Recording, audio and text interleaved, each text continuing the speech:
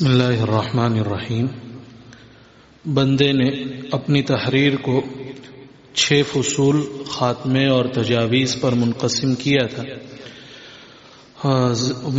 تحریر کی تکمیل کے بعد راقم الحروف جن نتائج پر پہنچا ہے وہ یہ: نمبر 1، خدمت حدیث میں ابناء اسلام کی طرح بنات اسلام بالخصوص صحابیات کا نمایاں حصہ رہا۔ نمبر 2، پوری دنیا کے علی الاطلاق تمام زمانوں میں اکبر المحدثات، سب سے بڑی محدثہ اور راویہ ام المؤمنین حضرت عائشہ صدیقہ رضی اللہ تعالی عنہا ہے۔ اسی لیے امام زہری رحمۃ اللہ علیہ فرمایا کرتے تھے کہ اگر حضرت عائشہ رضی اللہ تعالی عنہا کے علم کا جملہ ازواج مطہرات بلکہ دنیا کی تمام عورتوں کے علم سے موازنہ کیا جائے تو حضرت عائشہ رضی اللہ تعالی عنہا کا علم فائق رہے گا۔ جزاہ اللہ عنا وعن جمیع المسلمین خیر الجزا۔ نمبر 3، بحیثیت مجموعی تمام ازواج مطہرات کے حجرات مبارکہ حدیث کی ایک مستقل درسگاہ کی حیثیت رکھتے تھے۔ نمبر 3، تابعیات کے دور میں خواتین کی احادیث کا زیادہ تر مدار حضرت عائشہ اور حضرت ام سلمہ رضی اللہ عنہما کی شاگردہ اور تلمیذات پر رہا ہے۔ نمبر 5، سیاہ ستہ میں جن صحابیات کی روایات لی گئی ہیں ان کی تعداد تقریباً 115 ہے، اور سیاہ ستہ میں صحابیات کی مرویات کی تعداد 2539 ہے، اور سیاہ ستہ میں تابعیات کی تعداد 139 ہے اور ان کی مرویات کی تعداد 304 ہے۔ تیسری صدی ہجری تک تابعیات میں سے جن کی روایات سیاہ ستہ میں موجود ہیں ان کی تعداد 170 تک پہنچتی ہے۔ صحابیات اور تابعیات کے دور کے بعد بیچ میں ایک طویل فترت کے بعد 8ویں اور 9ویں صدی ہجری خواتین کی خدمات حدیث کا ذری دور رہا ہے۔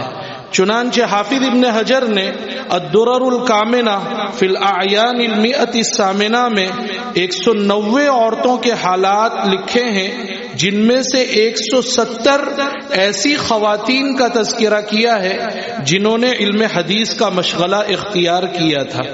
اس کے بعد پھر انحطاط آتا ہی چلا گیا۔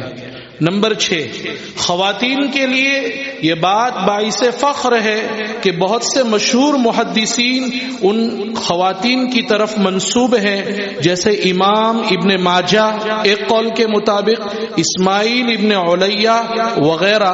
علامہ فیروز آبادی نے ان تمام کے ناموں کو ایک مستقل تصنیف میں جمع کر دیا ہے، لیکن بہت سے نام ان سے فوت ہو گئے، جیسے سعید ابن مرجانہ وغیرہ وغیرہ۔ نمبر 7، العلماء العزاب الذین آثروا العلم علی الزواج کی طرح کئی محدثات نے حدیثی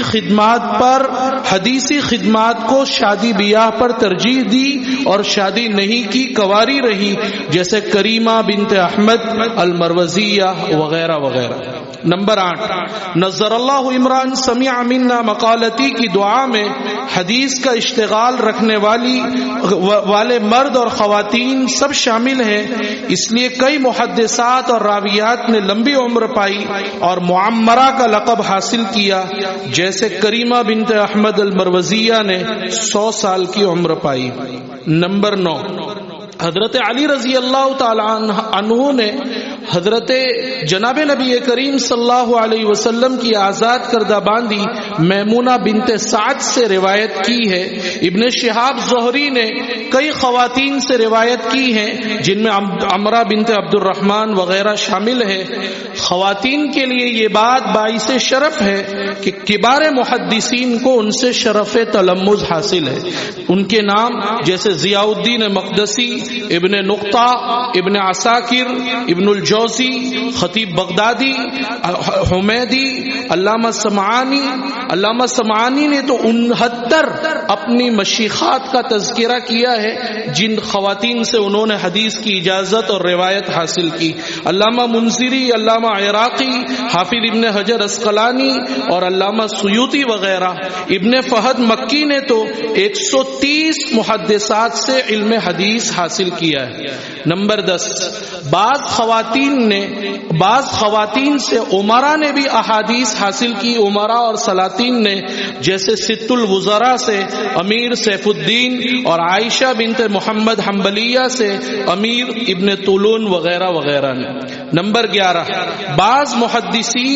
بعض محدثات سے لقاء اور سماع کے فوت ہونے پر افسوس کا اظہار کیا کرتے تھے، جیسا کہ علامہ ذہبی جیسا محدث ام محمد سیدہ بنت موسیٰ مصریہ سے براہ راست عدم لقاء اور عدم سماع پر افسوس کا اظہار کیا کرتا تھا. نمبر 12، خواتین کے لیے یہ بات بھی قابل فخر ہے کہ علامہ ذہبی جیسا محدث ایک خاتون ست الاہل کی گود میں پلا ہے اور ان کے حلقے درس میں بیٹھا ہے، اور ست الاہل نے دودھ کے ساتھ روایت حدیث کی بھی انہیں گٹی دی ہے. نمبر 13، علامہ ذہبی محدثات کے حالات درج کرنے کے دوران جب دیکھتے ہیں کہ کسی محدثہ کے والد نے کبار محدثین سے انہیں حدیث کا سماع نہیں کروایا تو بہت ہی تعجب کا اظہار فرماتے ہیں. نمبر 14، طالبات حدیث کے تعلیمی اسفار میں ان کے محارم ساتھ ہوتے تھے اور ان کی صنفی حیثیت اور ضرورت کا پورا خیال رکھا جاتا تھا. نمبر 15، طالبات حدیث کے لیے محدثین کی درسگاہوں میں مخصوص جگہیں رہتی تھی اور طلباء اور طالبات کا آپس میں اختلاط نہیں ہوتا تھا. نمبر 16، محدثات بھی پردہ اور حجاب کے ساتھ حدیث کا درس دیا کرتی تھی، جیسا کہ حفصہ بنت سیرین کے حالات میں لکھا ہے. معلوم ہوا پردہ اور حجاب عورت کی تعلیم و ترقی میں ہرگز رکاوٹ نہیں، جیسا کہ اعدائے اسلام نے مشہور کر رکھا ہے. نمبر 17، بعض محدثات نے تو باقاعدہ دارالحدیث بنوا کر درس حدیث دیا ہے، جیسے امت اللطیف بنت عبد الرحمن متوفہ 640 ہجری. نمبر 18، بعض محدثات نے طویل عمر تک درس حدیث دیا، مثلا زینب بنت مکی الحرانیہ نے 94 سال کی عمر تک حدیث کا درس دیا ہے. نمبر 19، بعض محدثات نے وفات کے دن تک آخری وقت تک حدیث کا درس جاری رکھا، جیسے ست الوزراء تنوخیہ متوفہ 716. نمبر 20، تقریباً 11 محدثات نے صحیح بخاری کی تدریس میں اپنی پوری زندگی گزار دی، جیسے کریمہ بنت احمد المروزیہ جو حدیث کا ایک رکن رکین تھی. ان کے شاگردوں میں بڑے بڑے نام ملتے ہیں. نسخ حدیث کا تقابل ان کی خصوصیت تھی، حتیٰ کہ ان کا صحیح بخاری کا نسخہ متون اور اسانید حدیث کے متعلقات میں ایسے فوائد پر مشتمل ہے کہ حافظ ابن حجر نے بھی فتح الباری میں ان سے استفادہ کیا ہے، بلکہ بعض جگہوں پر وہ کریمہ کے نسخے کو ابو ذر ہروی کے نسخے پر ترجیح دیتے ہیں. نمبر 21، بہت سی محدثات بعض شیوخ سے اور بعض کتابوں کو نقل کرنے میں منفرد تھی، جیسے جویریہ بنت احمد قاہریہ سنن نسائی کی روایت میں اپنے زمانے میں منفرد تھی. نمبر 22، بہت سی محدثات خاتمۃ الاصحاب تھی، جیسے عائشہ بنت ہادی ابو العباس حجار کی خاتمۃ الاصحاب تھی. خاتمۃ الاصحاب یہ ایک مخصوص اصطلاح ہے.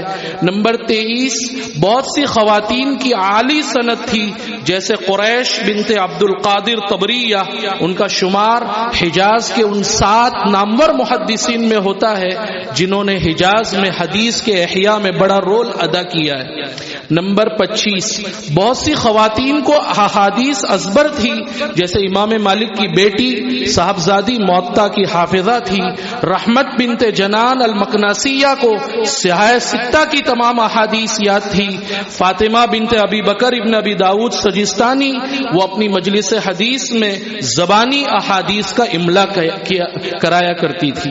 نمبر 26، حج اور عمرہ کا سفر محدثین کی طرح محدثات کے لیے حدیث کی تعلیم و تعلم اور اجازت حدیث کا اہم ذریعہ رہا ہے، بلکہ کئی محدثات نے تو حدیث کی اشاعت کے لیے حرمین شریفین کی سکونت اختیار کی، جیسے کریمہ بنت احمد مروزیہ سے خطیب بغدادی نے مکہ مکرمہ میں 5 دن میں صحیح بخاری پڑھ کر روایت کیا ہے، اور فاطمہ بنت احمد العمریہ نے مکہ مکرمہ اور مدینہ منورہ دونوں جگہ حدیث کا درس دیا، اس لیے ان کا لقب محدثۃ الحرمین ہو گیا۔ نمبر 27، متعدد محدثات اپنے وقت اور علاقے کے اعتبار سے مسندہ یعنی مدار اسناد تھی، کوئی مسندۃ اصفہان ہے تو کوئی مسندۃ العراق ہے، اور بھی متعدد القابات اور خطابات کا ذکر خواتین کے حالات میں ملتا ہے، جیسے ست الوزراء، ست الاجناس۔ واضح رہے کہ ست بمعنی سیدہ ہے۔ اخیر میں شیخ محمد بن جعفر کتانی کی پوتی جمیلہ بنت علامہ محمد زمزمی کا لقب ملحقۃ الاحفاد بالاجداد ہے، اس لیے کہ وہ اپنے دادا شیخ محمد بن جعفر کتانی سے روایت کرنے والی دنیا میں آخری راویہ تھی۔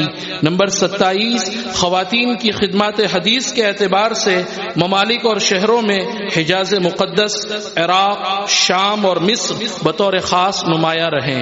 نمبر 28، بعض محدثین کے گھرانے کی تمام خواتین حدیث کا اشتغال رکھنے والی تھی، جیسے حافظ الدنیا ابن حجر اسقلانی کی بہن ست الرق اہلیہ، انس خاتون اور ان کی 4 بیٹیاں بلکہ ان کی اولادیں وہ بھی حدیث کا اشتغال رکھنے والی تھی، بلکہ حافظ ابن حجر کی موجودگی میں ان کی اہلیہ انس خاتون نے حدیث کا درس دیا ہے۔ ان سے اجازت لینے والوں میں علامہ سخاوی شامل ہے۔ شاہ اسحاق صاحب محدث دہلوی کی نور اللہ مرقدہ کی صاحبزادی امبت الغفور کو فقہ اور حدیث دونوں میں ید طولہ حاصل تھا، بقول صاحب نزہۃ الخواطر جب ان کے شوہر شیخ عبد القیوم بوڑھانوی نور اللہ مرقدہ کو حدیث و فقہ میں کوئی مشکل پیش آتی تو وہ ان سے رجوع کر کے اپنی علمی پیاس بجھایا کرتے تھے۔ نمبر 29، خواتین کے لیے بات باعث فخر ہے کہ حافظ ابن حجر اسقلانی نے